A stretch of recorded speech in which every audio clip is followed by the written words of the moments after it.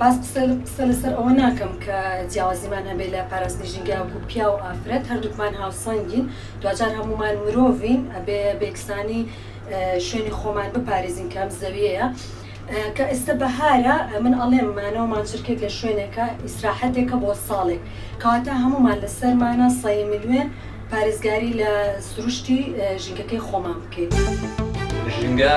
شتێکی سروشتیە هەمومان دەبێ بیپارێزین یاساکانی هاتوچۆ ئەوە لە هەموو شتێکی گرنگتر کە یاسای هاتوچۆ دەبێ ڕێنمایەکانی جێبەجێکەین و بێزارکردنی خەڵکش زۆر گرنگە کە تۆ دەرەچیتە کاتی سەیران و گەشت و شتانە ئەو کەسێکەوە لە تەکتەوە دانیشێ دەبێ ئاگات لێ بێ بێزاری نەکەی تاکو یعنی شتێکی وا هەست نەکا کە بێزار بێت دەبێ شتێک معنویاتێک دروستکەی کە ئەو دەور و پشتت بێزار نەبێ لەسەر ئەو شتە. بێت ژینگە بپارێزین وەک ئەرکێکی مرۆڤاتی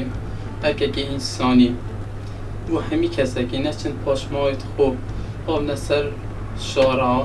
و کەلوپەلێن خۆیان خواردنێ بهێلنە سەر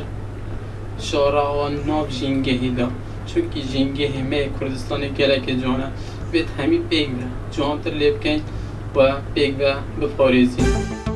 من وەکو کریستیانۆ ڕۆناڵدۆی کوردستان سەبارەت بە ژینگە ئەبێ ئێمە ژینگە بپارێزین نابێ ژینگە پیس بکەین نابێ داروبار بسووتێنین و هەر کەسێک ئەڕوا بۆ سەیرانگا ئەبێت شوێنی خۆی پاک بکاتەوە بۆ ئەوەی سروشتی کوردستان بە جوانی بمێنێتەوە و ڕێز و خۆشەویستیم بۆ هەموو لایەک.